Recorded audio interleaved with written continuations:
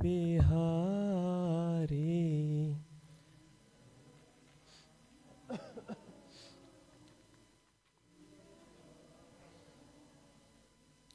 जय राधा माधवा कुंज बिहारी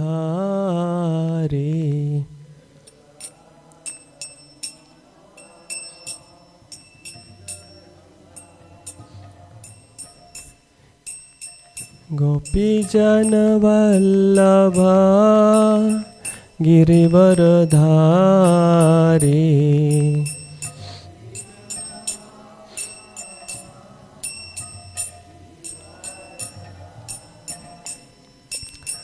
गोपी जन वल्लभा गिरिवरधारी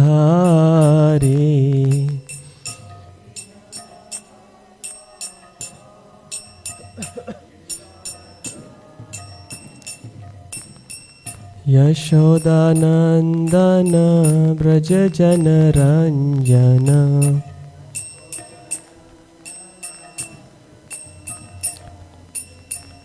यशोदानंदन ब्रज जन रंजन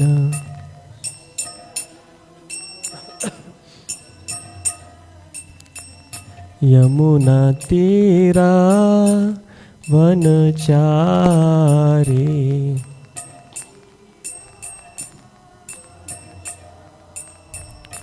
यमुना तीरा वनचारी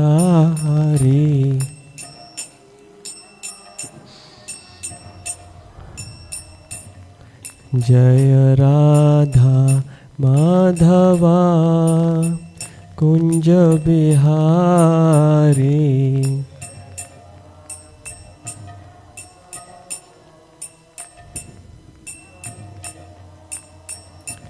जय राधा माधवा कुंज बिहारी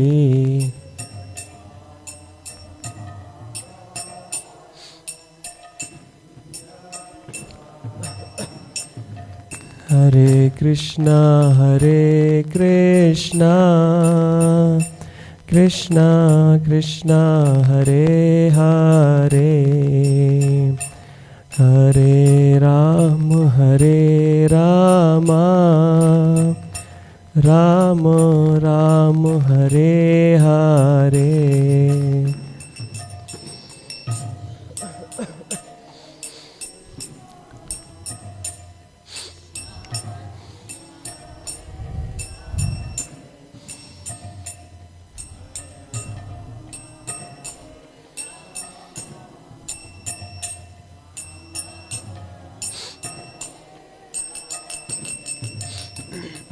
हरे कृष्णा कृष्णा कृष्णा हरे हरे हरे राम राम राम हरे हरे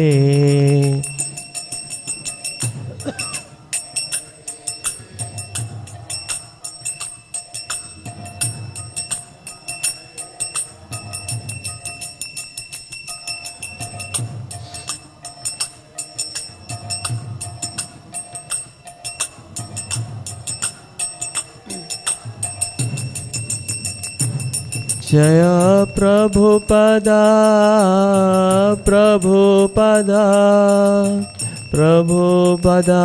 जय प्रभुपदा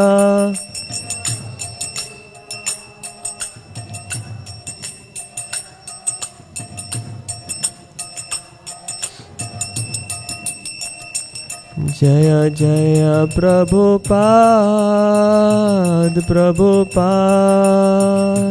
प्रभुपाद जय जय प्रभुपाद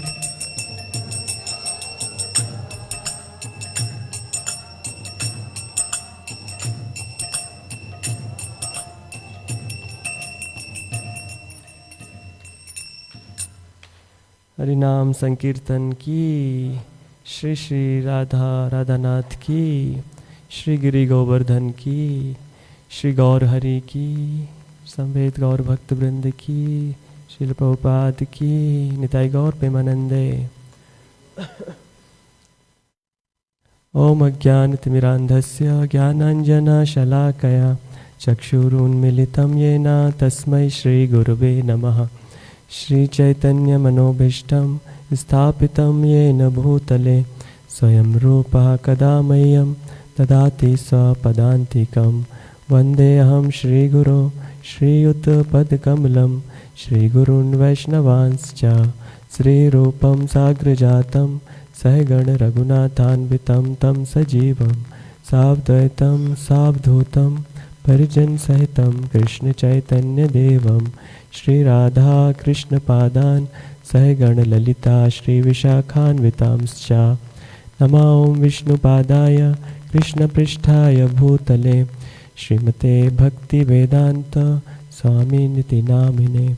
नमस्ते सारस्वती देवे गौरवाणी प्रचारिणे निर्विशेषा शून्यवादी पाश्चात्यदेशतारिणे। हे कृष्ण करुणा सिंधु दीनबंधु जगतपते गोपेश गोपिका कांत राधा कांत नमस्तुते।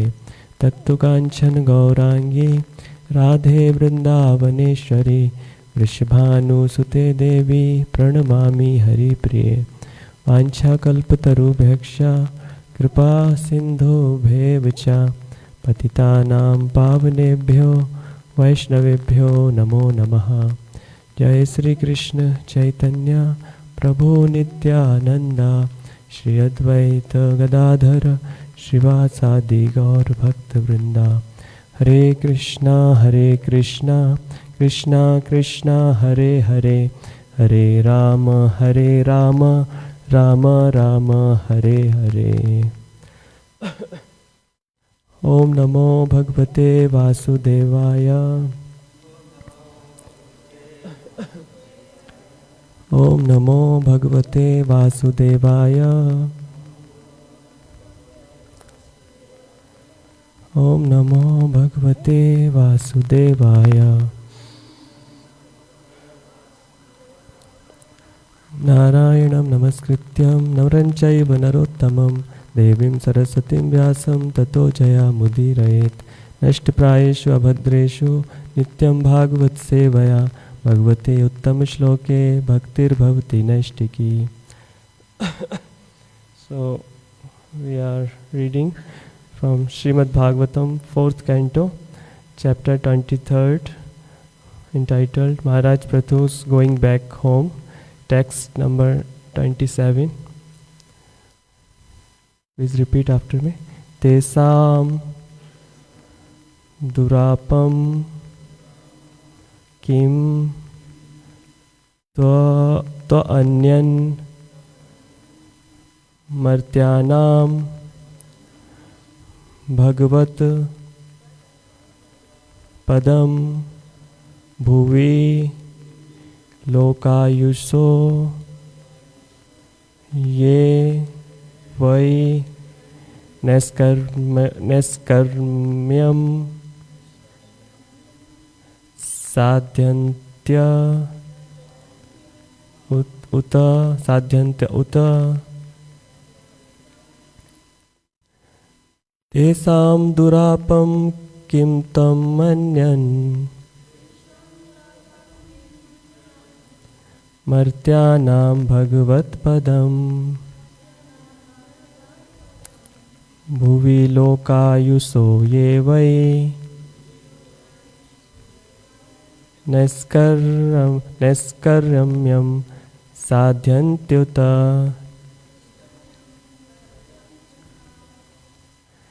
tesam duratam kim tanyan martyanam bhagavat padam bhuvi lokayuso ye vai neskarmya sadhyantyuta tesam durapam kim tam manyam Martyanam Bhagavat Padam Bhuvi Lokayuso Yevai Naiskarmyam Sadhyantyata.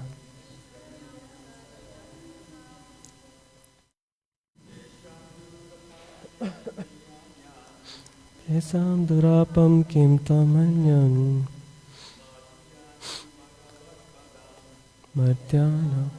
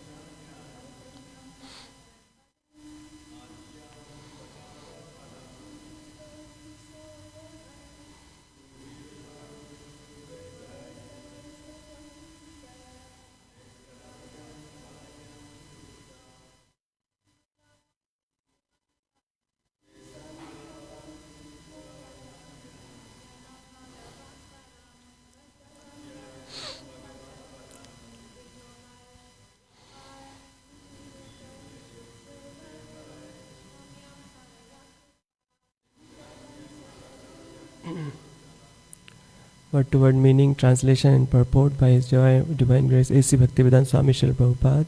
Srila Prabhupada ki Tesam of them Durapam difficult to obtain. Kim what? To but. Anyat anything else. Martyanam of the human beings. Bhagavat Padam the kingdom of God. Bhuvi in the world. Loka flickering. Ayusha span of life. Ye those. Vai certainly. Neskaryamyam the path of liberation. Sadhyanti execute. Uta exactly. Translation. In this material world, every human being has a short span of life, but those who are engaged in devotional service go back home, back to Godhead, for they are actually on the path of liberation. For such persons, there is nothing which is not available. Purport. In Bhagavad Gita 9.33, Lord Krishna says, Anityam asukham lokam imam prapya bhajasya. The Lord here declares that this material world is full of miseries, asukham, and at the same time is very flickering, anityam. Therefore, one's only duty is to engage himself in devotional service. This is the best end to which human life can be put. Those devotees who are constantly engaged in the service of the lotus feet of the Lord achieve not only all material benefits but also all spiritual benefits. For at the end of life they go back home, back to Godhead. Their destination is described in this verse as Bhagavat Padam. The word Padam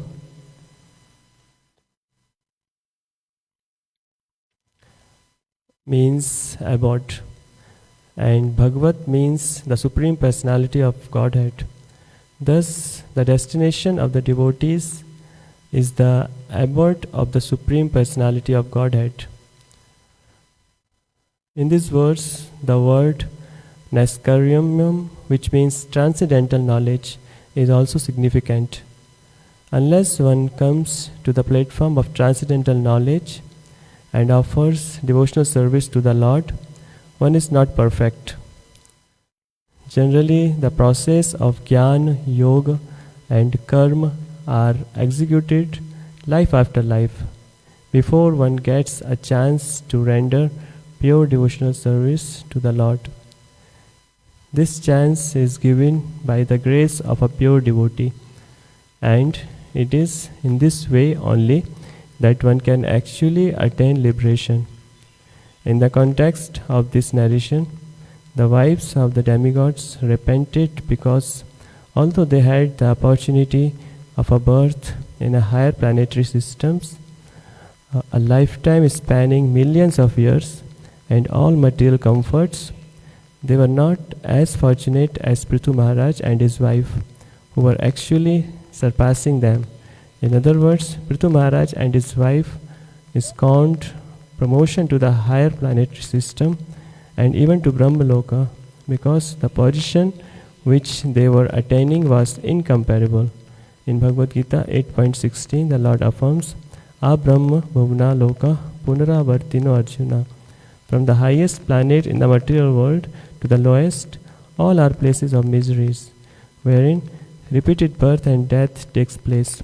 In other words, even if one goes to the highest planet, Brahmaloka, he has to return to the miseries of birth and death. In the 9th chapter of Bhagavad Gita 9.21, Lord Krishna also asserts, Tetam bhuktva sargalokam vishalam, shine punne martya lokam vishanti. When they have thus enjoyed heavenly sense pleasure, they return to the mortal planet again. Thus, after exhausting the results of pious activities, one has to come again to the lower planetary systems and begin a new chapter of pious activities. It is therefore said in Srimad Bhagavatam, Naskaryam api achyut bhavo varjitam. The path of liberation is not at all secure unless one attains the devotional service of the Lord. Even if one is promoted to the impersonal Brahmajyoti, he runs every chance of falling down into material world. If it is possible to fall down from the Brahmajyoti, which is beyond the higher planetary system in this material world, then what can be said of the ordinary yogis and karmis who can only be elevated to the higher material planets? Thus the wives of the denizens of the higher planetary system did not very much appreciate the results of karma, jnana and yoga. Hare Krishna.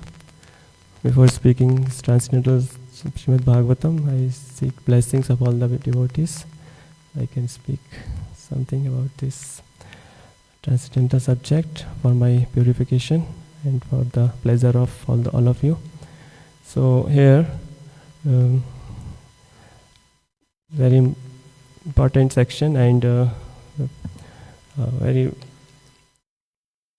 nice purport here Prabhupada gave us, and mainly here we know the previous verses. Prithu Maharaj is going back home, back to Godhead, and Archi Devi served him, and then she also she's also following him, and so now here in this verse mainly is describing that the importance of human life, that human life is very very important, and how rare this human form of life, and what great benefit we can achieve by this. So many importance has been described here, so we will discuss something about that. So mainly here in the starting it is mentioned that that this human form of life is very rare. Durlabh means rare. Durlabhtam means rarest. So, like in Bhagavatam, various places it is mentioned that how rare is this human form of life. Like Prahlad Maharaj also says, in 7th canto, when Hiranyakashyap was chastising Prahlad, and so and mainly when Prahlad Maharaj was in Gurukul, then he was teaching to his friends that this human form of life. When his friends was telling that what the need to perform devotional service so early in childhood, then Prahlad Maharaj replied. Prahlad Maharaj said, Kaumaram acharit pragyo dharman bhagavata iha durlabham manusham janma tathapi athruvam arthadam. And Prahlad Maharaj is saying that this devotional service we should start from Kaumar stage. Kaumar stage means from 5 years. You start from 5 years of age. We should start this devotional practice from 5 years, from childhood. Kaumaram acharet pragyo dharman bhagavata iha. This Bhagavat dharma we should start from childhood. Why? Because he said durlabham manusham janma. This human form is very durlabh, very rare. Out of 84 millions of life species, we get this rarest human form of life. It's very rare. Durlabham manusham janma. And he said, Tathapi adrubam. Although it's very rare, but still it is uncertain. It's uncertain. Adrubam and arthadam, but it's very potent. So this here in this purport, mainly Prabhupada is saying that this human form of life is very rare. So we should utilize this opportunity. But so much we can attain by this human form of life. By practice devotional service, we can get highest achievements. We can go back home, back to Godhead. So Prabhupada is saying that the material world, people are engaged in different activities simply to achieve he's saying here that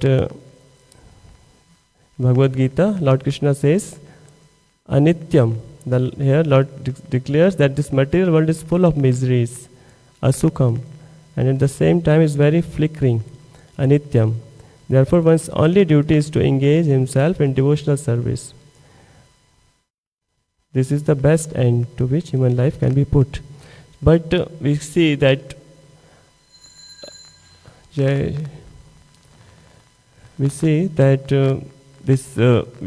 purpose of human life is to perform devotional service, is to go back home, back to Godhead. But still nobody is doing. Only a few people are understanding these things, and most of the people don't know what's the real purpose of life. So why these things? So mainly Prabhupada is mentioning these things in this purport. Jai Shri Shri Radha Radhanath ki Jai, Shri Guru Govardhan ki Jai, Shri Gaur Hari ki Jai.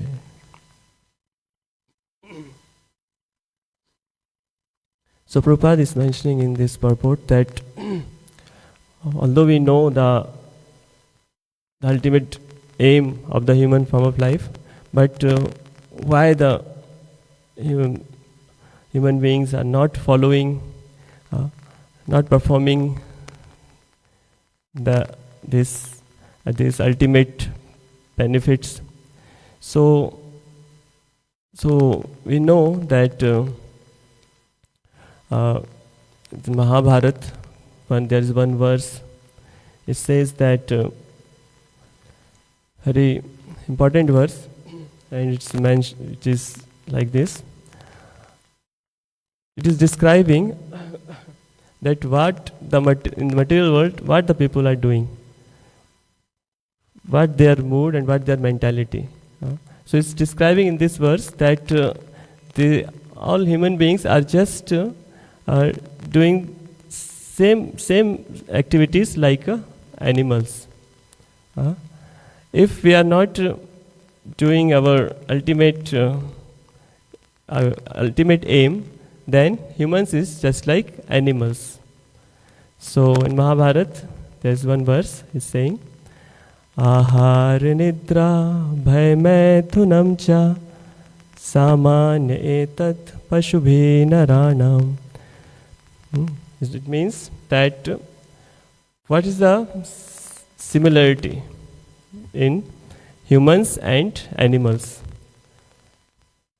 What's the similarity? So here is saying in this verse, Ahar nidra bhay maithun. Humans are doing what? Eating. Animals are also doing nidra, sleeping. Both are doing. The four things are common. Ahar, nidra, bhay, maithun. Eating, sleeping, mating and defending. Everyone is doing. So if a person is not doing a devotional service, is not doing bhakti, then he is like an animal. There's no difference. Because everyone is doing these four things. Ahar, nidra, bhay, maithun. Ahar, nidra, bhay, maithunam cha saman etat pashubhi narana. So, if we can see in the practical examples that we can see all over the world, everyone is doing these four things, nothing else. So, someone can say that if we ask someone that what's the difference in humans and animals, then someone may say that humans have reasoning, some intelligence, some rational thinking. Then we can see that animals has more reasoning power. We can see in our temples every day monkeys are coming and so clever. They can go in our room. Many times in my room they entered and they ate nicely. Whatever prasad was there, they have finished. So intelligent, they're so clever. We know dogs, cats. In our ashram there is one cat, so intelligent.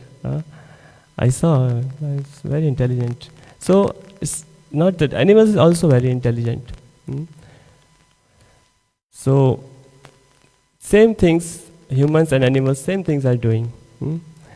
The difference is only this, that animals are, you can see, animals are eating in the streets, outside. Humans are eating maybe in nice first-class restaurant. Okay. Animals are sleeping in the street, and humans maybe sleeping nice first-class hotel, nice Dunlop bed. Animals are mating in the street.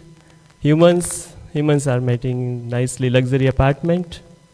Animals are defending themselves by teeth, by their by himself, and humans are defending by atom bomb, by guns. So only humans are doing these things just sophisticated way. So we can say, if a person says that we are doing nicely these all things, then we can say that they are just a first-class animal, nothing better than that. So, and these things also, animals are better in all these things. Eating, we can't eat much. Elephant, all animals can eat more than us. Sleeping, we can't sleep. Bear can sleep so many days. mating. Animals can produce more children.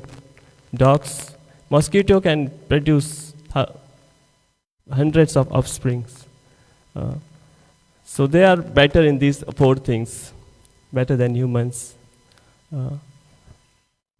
They are more. Their senses are stronger. Dogs can smell better than us. Pigeon can see from long distance. He can see better than us. So they are better in all these four things. So in this verse he's saying, Ahar nidra bhai maitunam cha samanitan pashubi narana. And this difference is mentioned, that what's the difference between humans and animals. So in this verse he's saying, dharmo hi tesham adhiko vishesho. Only this is the different. The difference is dharma. Dharma is the only dharma. If a person is doing a religious principle, then he is better than animals. Then he is different than animals. Otherwise, there's no different. Dharmo hi tesam adhiko vishesho. And he's saying, dharme nahina pashubhi samana. If there is no dharma, then he is like a pashu. Then he is like an animal. So if a person is not performing devotional life, then he is not better than an animal. So that's why these only everyone is doing these things, and the ultimate aim of the human life is to perform devotional service and at the end back home, back to Godhead. But generally people don't know it, and they are just doing all these activities similar to animals. So here we see that dharma. So if we doing devotional service, doing dharma, then person starts thinking that what he starts inquiry. Dharmic person starts inquiry. It's called athato brahma jigyasa. Athato brahma jigyasa. It's inquiry. Means, who am I? What is my destination? What will be the ultimate aim? What will happen after death? These all inquiries comes when we start dharma. Athato brahma jigyasa. Why am I suffering? Why so many sufferings are there? So these all inquiries are there. And ultimate destination, this is described. Ultimate destination. Our ultimate destination is back home, back to Godhead. But normal people don't know what's their destination. So I will tell one story that about that ultimate destination. So there was once upon a time there was a king, very famous, very powerful king. So he was fully engaged in sense gratification,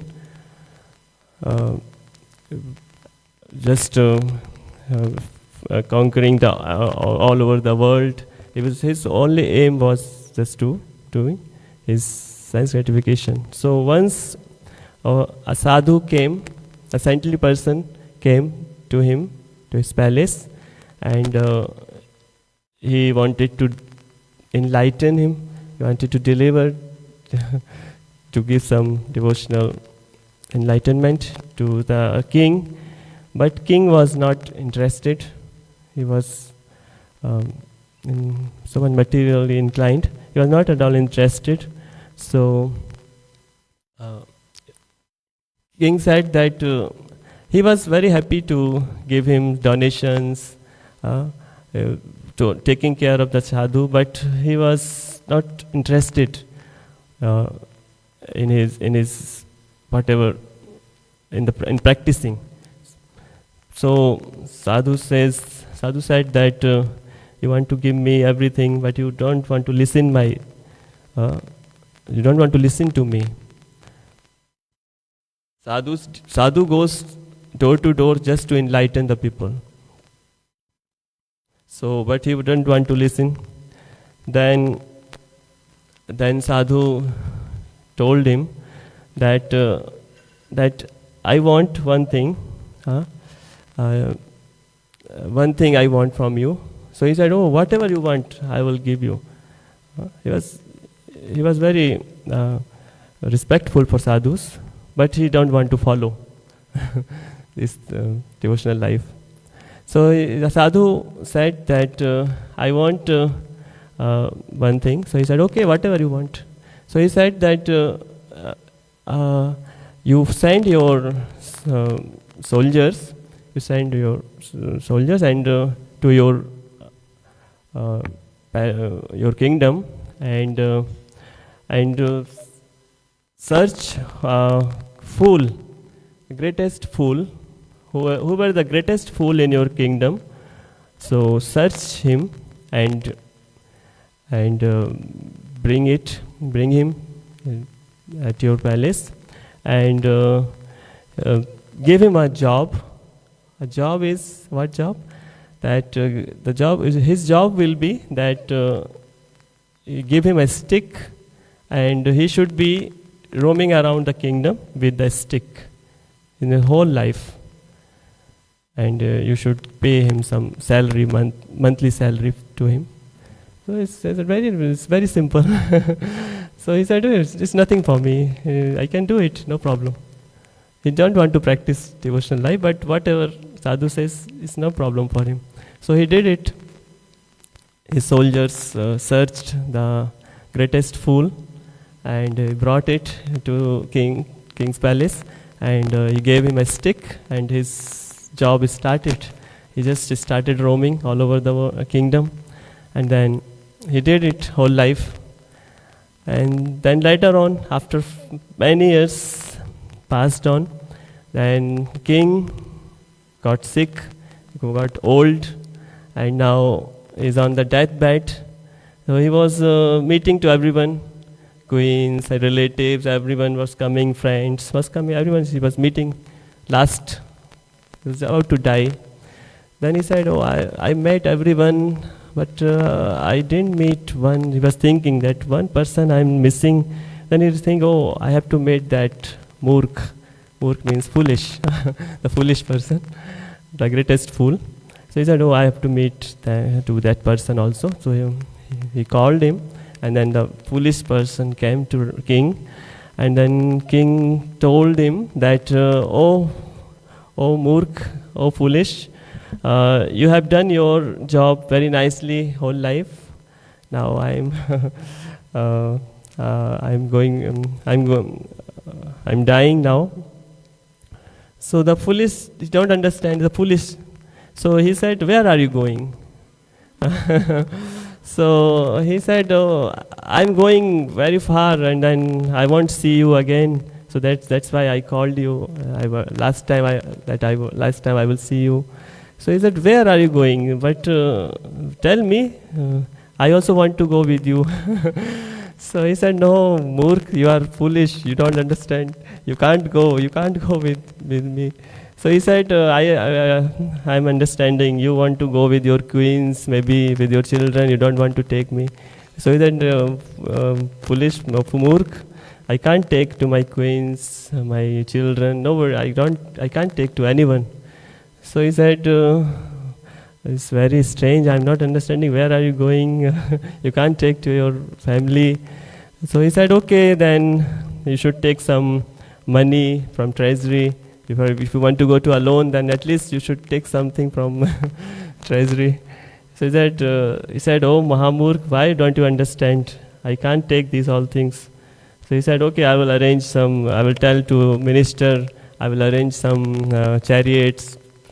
So your journey will be nicer." So he said, "Oh foolish, please stop. Stop talking. I can't take anyone." So then foolish person said that you can't take. I'm not understanding. You cannot take to anyone. Then then he said, "You stop talking," and then I just want to tell you that now you stop. You did your work very nicely. Now you stop your work and search another Mahamurkha, because you are also now old. So you should search any other greater fool person than you, and then give this stick to him, and then he should start your work, and you will get a pension for that. So then he said, you should search your kingdom, any other fool. So, and give this stick to him. So then he said, okay, so I have to search the greater fool, he asked to king. So he said, yes, you search the greatest fool in the kingdom. So he has the stick, and then he gave this stick to that king. So king becomes very upset. King was very angry. King said, oh Mahamurk, you don't know, you giving this stick to me. Do you think am I murk? Am I fool? How dare you to think like that? So the Murk said that he said that king, I can assure that you are the greatest fool in this kingdom. So he said that you told me that you can't take your queens, you can't take anyone, you can't take your money. Whole life you conquered so many kings, so many kingdoms, so much treasury, so much wealth you have. You can't take even one coin with you. You can't take your soldiers, anything. So many queens you have, so many children you have. You can't take anyone. Whole life you did sense gratification. You earned so much money, but that time you never thought that this point will come. And then you never thought that where will you go after death? What will be the ultimate destination of your life? What will happen after death? You never inquired about these things, and now you are lamenting that you can't take anyone with you. So you are the greatest fool. So the foolish person, so king realized that this is not actually the foolish man. He's talking so nicely. He's in transcendental talk. He's talking so shastric, from shastras. He's talking so nicely, intelligently. He's talking. He can't be a fool. So he said, "Oh fool! I thought you are fool, but you are not fool. Who are you?" Then he said that I am actually the disciple of that sadhu. The sadhu came to enlighten you, but you were not interested to listen. So sadhu told me that you do this thing whole life, and when at the time of death, you should enlighten that king. So then he understood. Then he realized the importance of sadhu, and then the disciple, at the time of his death, he enlightened him, and then he understood this transcendental knowledge, and then he became devotee at the end of his life.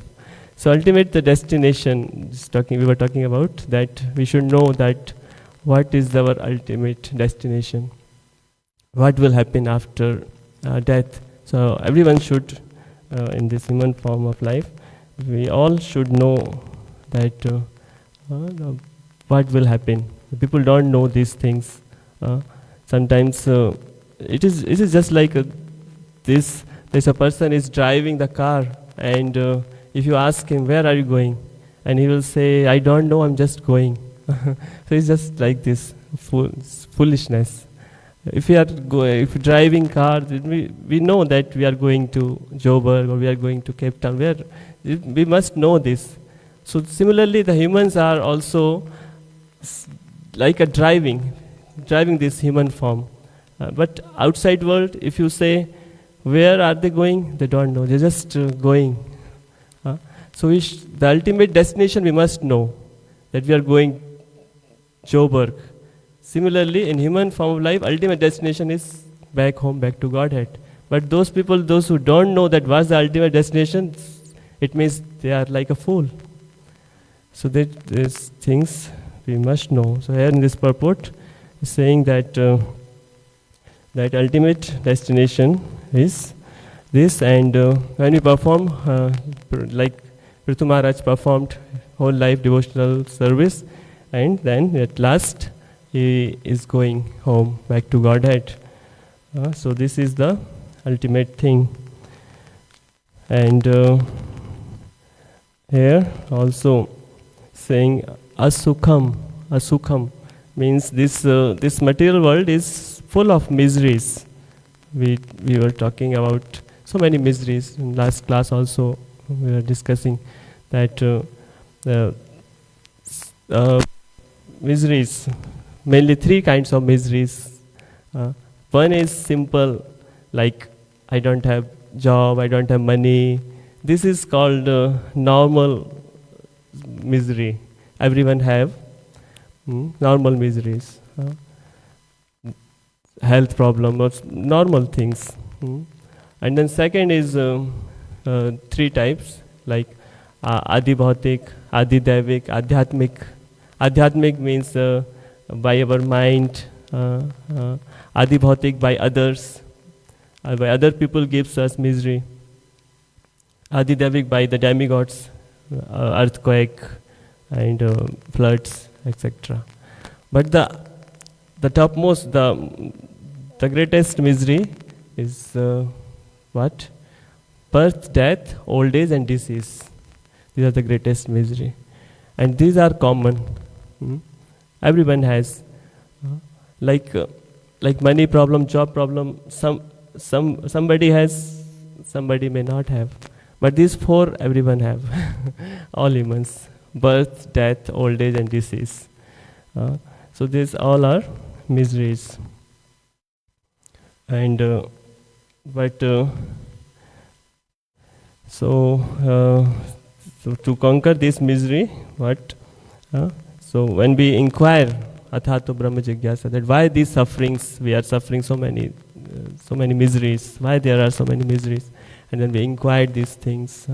So the intelligent person, he inquire, but most of them, they don't inquire. And if the person is not inquiring these things, then he is not better than animal. So here saying the purport that the destination is described in this verse is Bhagavat Padam. Bhagavat Padam. Padam means abode, and Bhagavat means Supreme Personality of Godhead. And in this also transcendental knowledge. Unless one comes to the platform of transcendental knowledge and offers devotional service to the Lord, one is not perfect. And generally the process of Jnana, Yoga and Karma are executed life after life before one gets a chance to render pure devotional service to the Lord. This chance is given by the grace of pure devotee, and it is in this way only that one can actually attain liberation.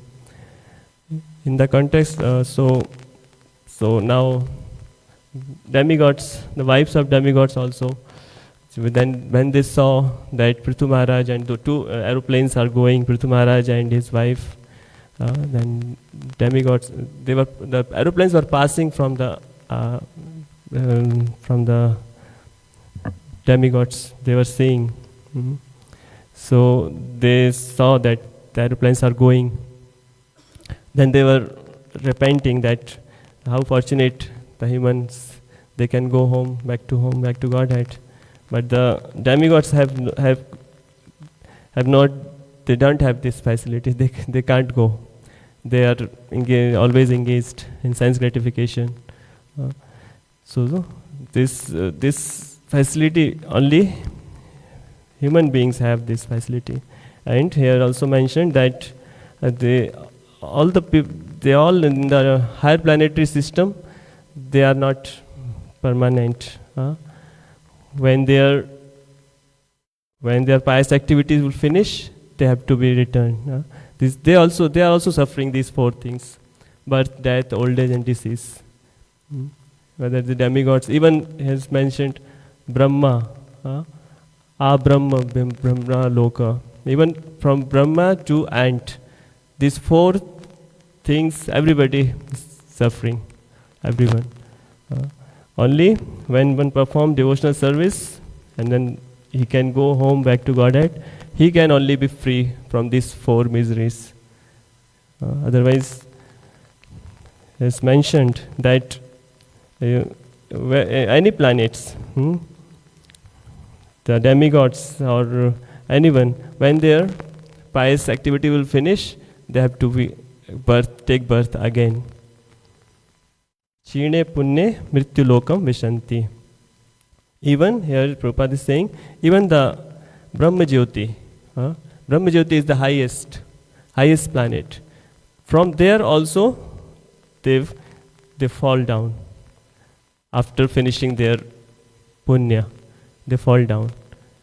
Only when one goes back to Godhead, then punarjanmana vidyate. Then only there is no birth, death. Then we become free from birth and death, or liberated. Otherwise, they have to take birth again. So that's why here in the last saying that the path of liberation is not at all secure unless one attains the devotional service of the Lord. Even if one is promoted to the impersonal Brahma Jyoti, he runs every chance of falling down into the material world. If it is possible to fall down from the Brahma Jyoti, which is beyond the higher planetary system in this material world, then what can be said of the ordinary yogis and karmis? Even the Brahma Jyotis, they fall down. Then what can we say, the ordinary yogis and karmis, who can only be elevated to the higher material planets? Thus the wives of the denizens of higher planetary system did not very much appreciate the result of karma, jnana and yoga.